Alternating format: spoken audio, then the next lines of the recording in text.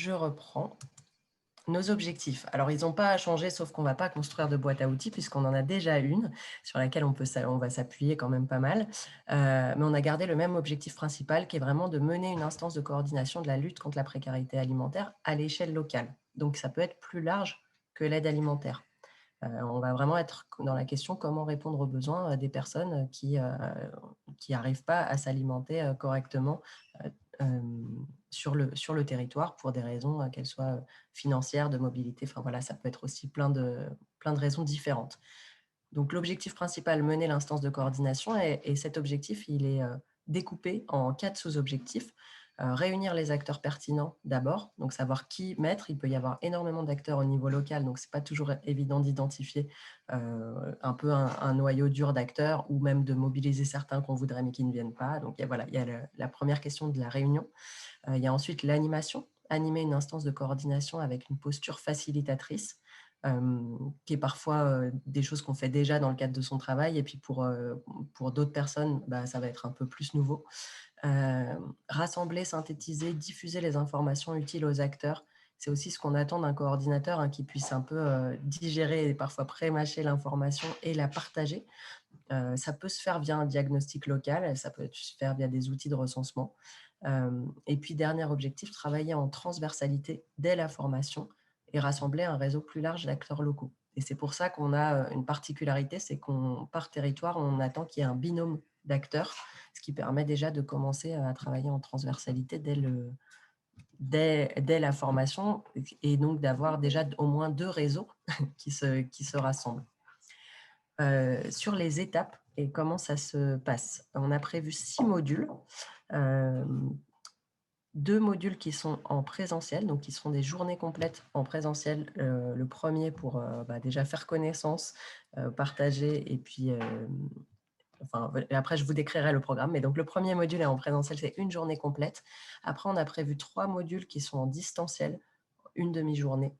Donc le premier, c'est vraiment se lancer, identifier quels sont les acteurs. Le deuxième, c'est mener un diagnostic local et du coup aller un peu plus en profondeur sur tous les outils possibles de diagnostic. Troisième, favoriser la participation. Donc, comment associer les personnes concernées, comment ne pas faire à la place, mais faire avec. Le quatrième, sur les enjeux logistiques, on sait que c'est des questions hyper importantes pour les associations et qui peuvent parfois prendre aussi toute la place. Et donc, on va vraiment pouvoir creuser la question des enjeux logistiques, d'approvisionnement, de mutualisation. Et la 5e journée, elle sera vraiment sur la posture. Et c'est un peu une journée aussi récapitulative de ce qu'on a fait avant. On peut partager ce qui s'est passé dans chaque territoire au niveau local, et puis avoir aussi un intervenant extérieur pour pouvoir débriefer sur cette posture de coordination, et des jeux de rôle pour pouvoir s'entraîner. Donc ce sera une journée en présentiel, et on a prévu, parce que ça a très bien fonctionné sur la première version, une journée de synthèse et de restitution.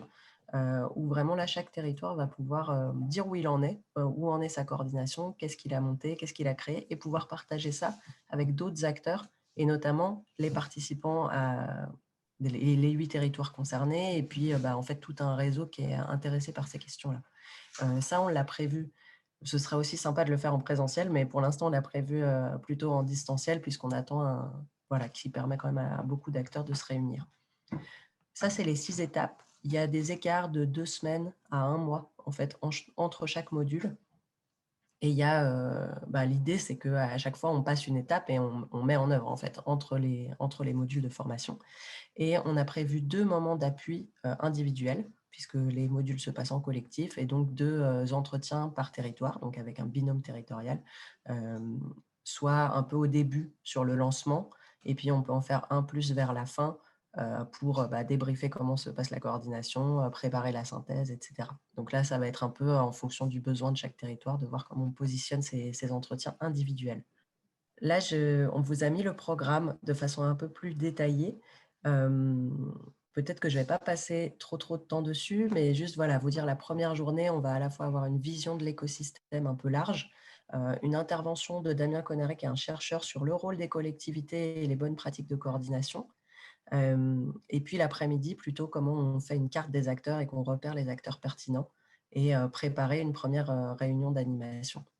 Le module 2, donc qui est en distanciel, il va être vraiment sur la mesure. Comment est-ce qu'on mesure la précarité alimentaire? De quoi on parle? Quels sont les facteurs de précarité alimentaire? Combien de personnes? Où sont les personnes en situation de précarité sur le territoire? Et puis, on va étudier différentes méthodes de recueil des données. Est-ce que c'est plus pertinent selon mon territoire de faire des questionnaires, de faire des entretiens, de faire des visites? Comment est-ce qu'on peut voilà, capter des données intéressantes et les centraliser et aussi les analyser et regarder quels sont les décalages en fait entre l'offre alimentaire qui est présente et pas seulement d'aide alimentaire, ça peut être aussi des magasins, des marchés et les besoins des personnes. Le troisième module, il est autour de la participation. Donc là, on a prévu une table ronde avec des personnes concernées. On s'est rendu compte que c'était hyper riche en fait de pouvoir bénéficier un peu en direct de l'expérience de personnes qui sont passées ou qui passent encore par des systèmes d'aide alimentaire, des systèmes sociaux pour accéder à l'alimentation. Et puis, on aura l'intervention de Action contre la faim, qui a développé un système d'enquête flash pour aller récolter de façon ponctuelle sur une distribution, en fait, le profil et les besoins des personnes qui viennent aux distributions. Donc ça, ce sera un module vraiment sur la participation, qui est souvent quelque chose que tout le monde veut faire, mais repousse en se disant que c'est très compliqué. Donc voilà, c'est aussi donner envie même de commencer petit, mais voilà, de mettre en place des choses pour ne pas faire à la place. Et le module 4, il est sur les enjeux logistiques, les sources d'approvisionnement, vraiment comprendre comment en fait fonctionnent les associations avec la ramasse, le FEAD, les dons, les achats, etc. Et pour ça, toutes les évolutions liées à l'anti-gaspi. Et là, on aura aussi un intervenant qui n'est pas encore calé, mais sur cette question-là, on en a plusieurs possibles qui sont tous passionnants. Et voilà, l'idée, c'est comment est-ce qu'on anime une réunion sur ces enjeux d'approvisionnement avec les acteurs.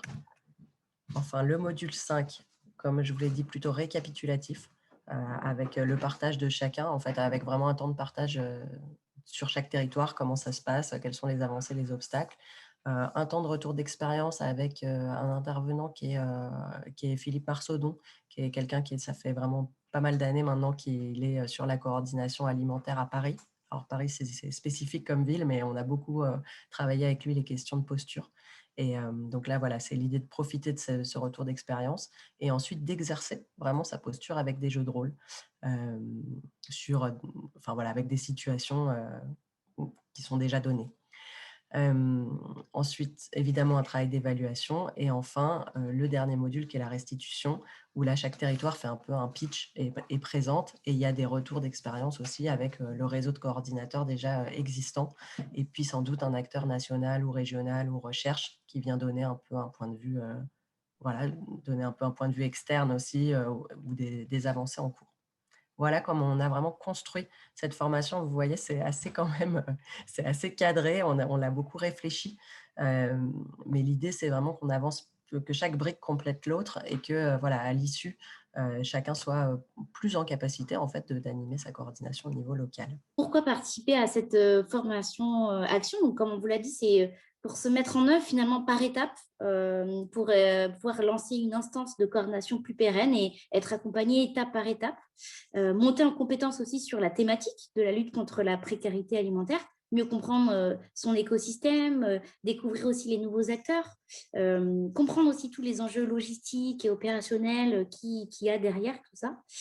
Acquérir une méthodologie et des outils pratiques à la fois pour réunir les acteurs en présence, animer des réunions, interroger les acteurs, les personnes concernées, coordonner aussi ces différentes parties prenantes, s'entraîner et gagner en confiance, donc en échangeant avec les autres parties prenantes par le biais de méthodes de formation pédagogique, donc comme les jeux de rôle, les mises en situation, le travail en groupe, bénéficier de l'expérience d'autres acteurs. Et donc aussi, participer à la formation, c'est, comme le disait Sophie, c'est intégrer un réseau d'acteurs autour de la coordination, donc que vous pourrez aussi retrouver chaque année et pouvoir échanger avec eux. Et puis, c'est pouvoir aussi ajuster son action en s'appuyant sur les regards extérieurs de son binôme, des autres participants, de l'ANSA, des restes du réseau. Voilà, donc c'est un peu ce qu'on voulait partager avec vous. Qui peut participer, si on en vient un peu au concret, qui peut participer à la formation? Nous, on pense que c'est vraiment pertinent que ce soit un binôme d'acteurs pour chaque territoire. Donc, comme on vous l'a dit précédemment, ça a vraiment porté ses fruits dans les différents dans les différentes coordinations qu'on a pu voir. Et on trouve vraiment intéressant que ce premier travail en binôme amène déjà à se coordonner à deux. Donc, c'est un premier. Et puis, c'est aussi un soutien en termes de ressources humaines pour pouvoir se lancer. Et donc, ensuite, on propose que ce soit vraiment des personnes qui soient à même de porter l'animation de cette coordination. Ça peut être à la fois des personnes au sein de collectivités, CCS, CIAS, des chargés de développement local, d'innovation, d'aide alimentaire, des acteurs ou coordinateurs de CLS, des personnes chargées spécifiquement de la mise en place et de la coordination des PAT.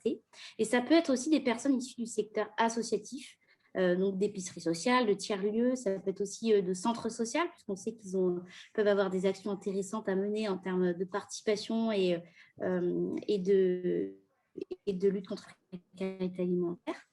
Ça peut être aussi d'autres, voilà, des associations comme le Secours catholique, le Secours populaire, voilà, tout type d'associations qui ont des actions d'aide alimentaire.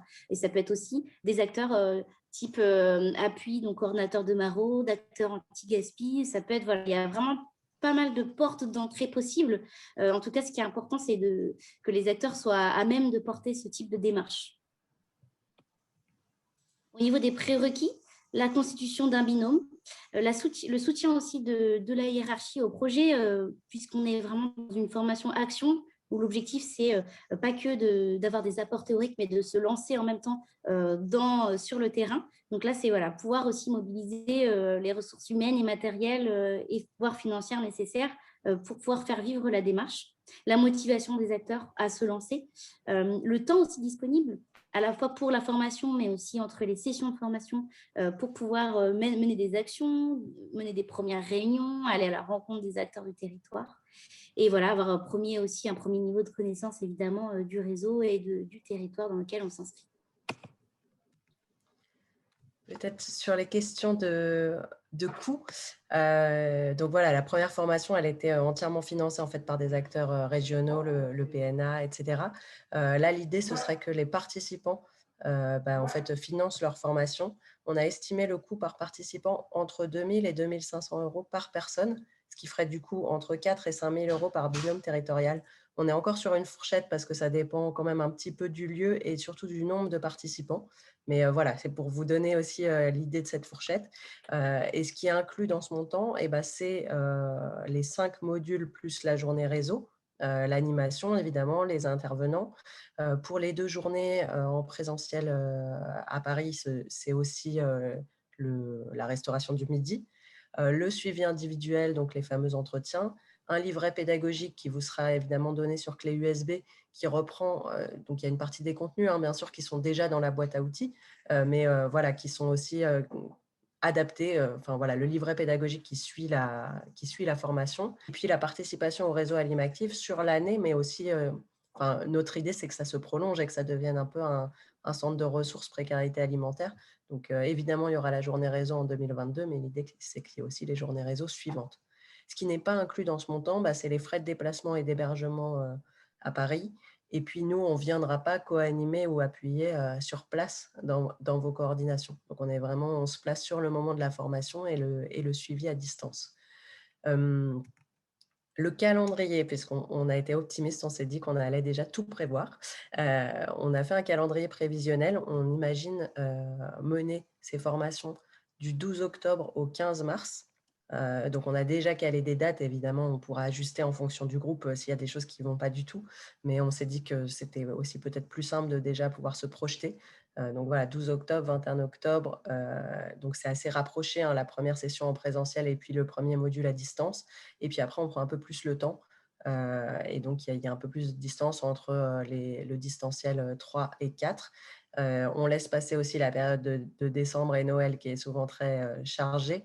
Et puis, on se retrouve fin janvier vraiment sur la posture. Et donc, normalement, entre octobre et janvier, on a déjà au moins 1 ou 2 réunions de coordination qui ont été menées, beaucoup de choses à partager. Et puis, en mars, on refait le point ensemble au moment de la synthèse, en fait, où chacun va présenter ce qui s'est passé sur son territoire. Donc ça, c'est comment on l'a prévu. Très concrètement, pour s'inscrire, on va vous envoyer là dans le chat un lien de préinscription. Si vous êtes intéressé, l'idée, c'est vraiment de pouvoir se préinscrire d'ici le début juillet.